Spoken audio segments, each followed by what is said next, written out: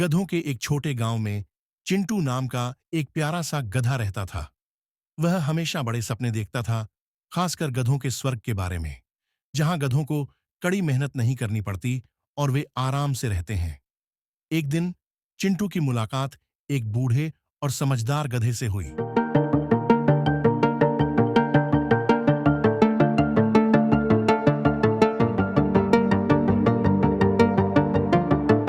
एक छोटे गांव में चिंटू नाम का एक प्यारा सा गधा रहता था।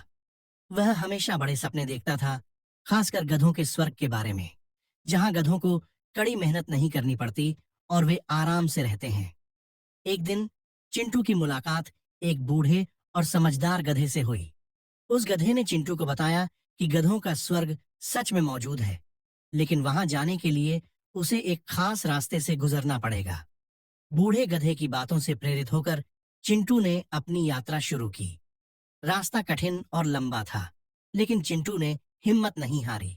वह हर कठिनाई को पार करते हुए आगे बढ़ता गया। रास्ते में चिंटू को एक घना और खतरनाक जंगल मिला। जंगल में जंगली जानवर, कांटे और खतरनाक जंगली पेड़ थे। चिंटू ने बहादुरी से इन सब का सामना किया। जंगल के बाद चिंटू एक तेज बहती नदी के पास पहुंचा।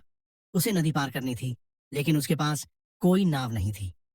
चिंटू ने अपनी सूझबूझ से नदी के ऊपर एक तैरता हुआ पेड़ देखा और उसी से नदी पार की। नदी पार करने के बाद चिंटू को एक जादुई गुफा मिली।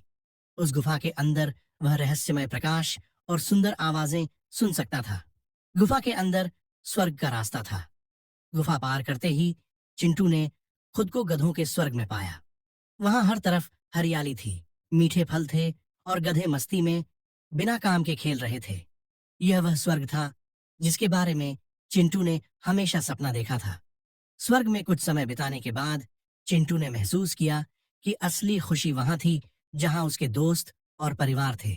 उसने तय किया कि वह वापस गांव जाएगा और अपने दोस्तों को इस अद्भुत सफर के बारे में बताएगा। गोलू वापस गांव पहुंचकर अपने दोस्तों को स्वर्ग की कहानी सुनाता है।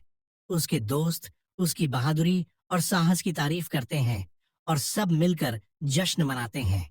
ये कहानी हमें सिखाती है कि चाहे कितनी भी अद्भुत जगह क्यों ना हो, असली खुशी वहां होती है जहां हमारे अपने होते हैं।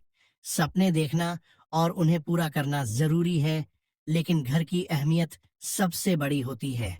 तो दोस्तों, ये कहानी आपको कैसे लगी? अच्छी लगे तो कमेंट करो और चैनल पर नए हो तो सब्सक्राइब करो